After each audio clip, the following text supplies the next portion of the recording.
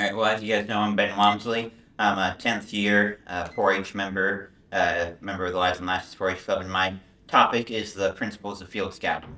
Now, it would have been during my freshman year of high school that I was on my school's livestock judging team, and we were just about to make the 10-hour drive to Kearney, Nebraska for the Nebraska Cattlemen's Classic. But the day before, we were stuck doing the Section 16 Star Greenhand interviews. Now, I was too young to actually qualify to participate in it, but I was able to help one of the other members in practicing by the name of Tucker Winans. See, he was running for star in agribusiness, and he had an agribusiness of field scouting. Learned a lot from interviewing him, and even had the interest of doing it myself to complement my non-entrepreneurship sheep placement book. Now, while that would eventually fall through due to being gifted a small flock of sheep that I could call my own, I still researched and developed field scouting knowledge. During my time with you guys today, I want to talk about the three main principles of field scouting, that being the scouting part itself, the maintenance of the field, and the monitoring of it as well. So starting out with the actual scouting phase of the field scouting, there are two main ways that you can field scout. You can do it physically, or you can do it with technology.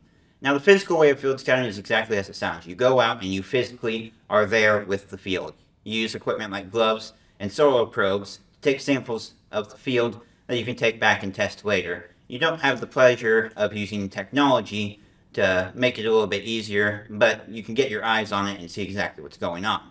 Whereas the technical side of field scouting, you're using something like a drone to fly over the fields and get something in the middle of the fields. You're able to see a lot more land, but at the drawback, you can't really take any samples, and it can sometimes be a lot more difficult to see. Now, in terms of which one's best, really just depends on the situation. You can use all of one or all of the other, or you can use a combination of the two of them. Maybe use a drone to find some weak patches, and then go there yourself to actually figure out what's wrong. After you go out and look at the field, samples should be taken at weak areas if possible to be brought back and tested to see exactly what's wrong. Now, once you determine exactly what's wrong, you need to actually do something about it. You need to maintain the land and make sure that it still produces a good product. Now, this is obviously dependent on the situation. A field that has a nitrogen deficiency isn't going to need a pesticide sprayed on it. There is no one-size-fits-all when it comes to treating plants. That's why it's so important to get those samples, to know exactly what's going on so you can combat it the best in order to actually be able to get the crop that you're looking for out of it. Now, I had the opportunity to speak with Tucker's father, Jacob Winans. He's an employee at Brandon, has a whole bunch of experience with field scouting. He's been in the industry where there are drones now. You can be 200 to 1,000 feet up in the air and zoom in on just a few ears of corn. But there's also a whole bunch of different treatment plans that he was able to talk to me about, something that can maybe combat a few more things. Maybe you're not sure exactly what type of deficiency it is, so you get something that just covers all of them. Now, once you start your treatment plan, you need to monitor it, make sure that it's actually working.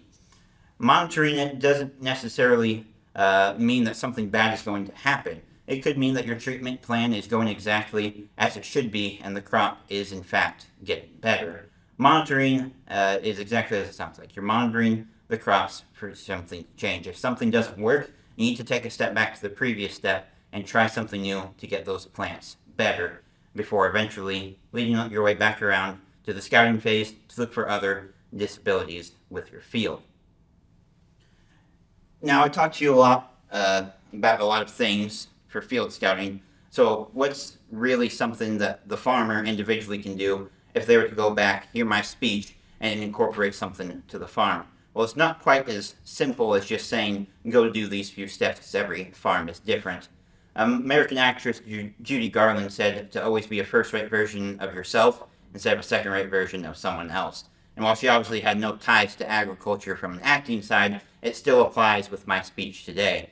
Farmers can't just look at someone else's farm and copy exactly what they're doing, because their farm is not the same as their neighbor's farm. They can't go out and see their neighbor spraying Roundup on the Roundup Ready soybeans and spray Roundup on their non-Roundup Ready corn. It just won't work. Farmers need to identify what's going to work best for their costs and the space that they have. Maybe you can't afford something as expensive as a drone to go out and look at your crops. So you have to go out and do it physically. It really depends on the farmer's need in terms of what they want to do, and it's up to the farmer to determine the best method of field scouting.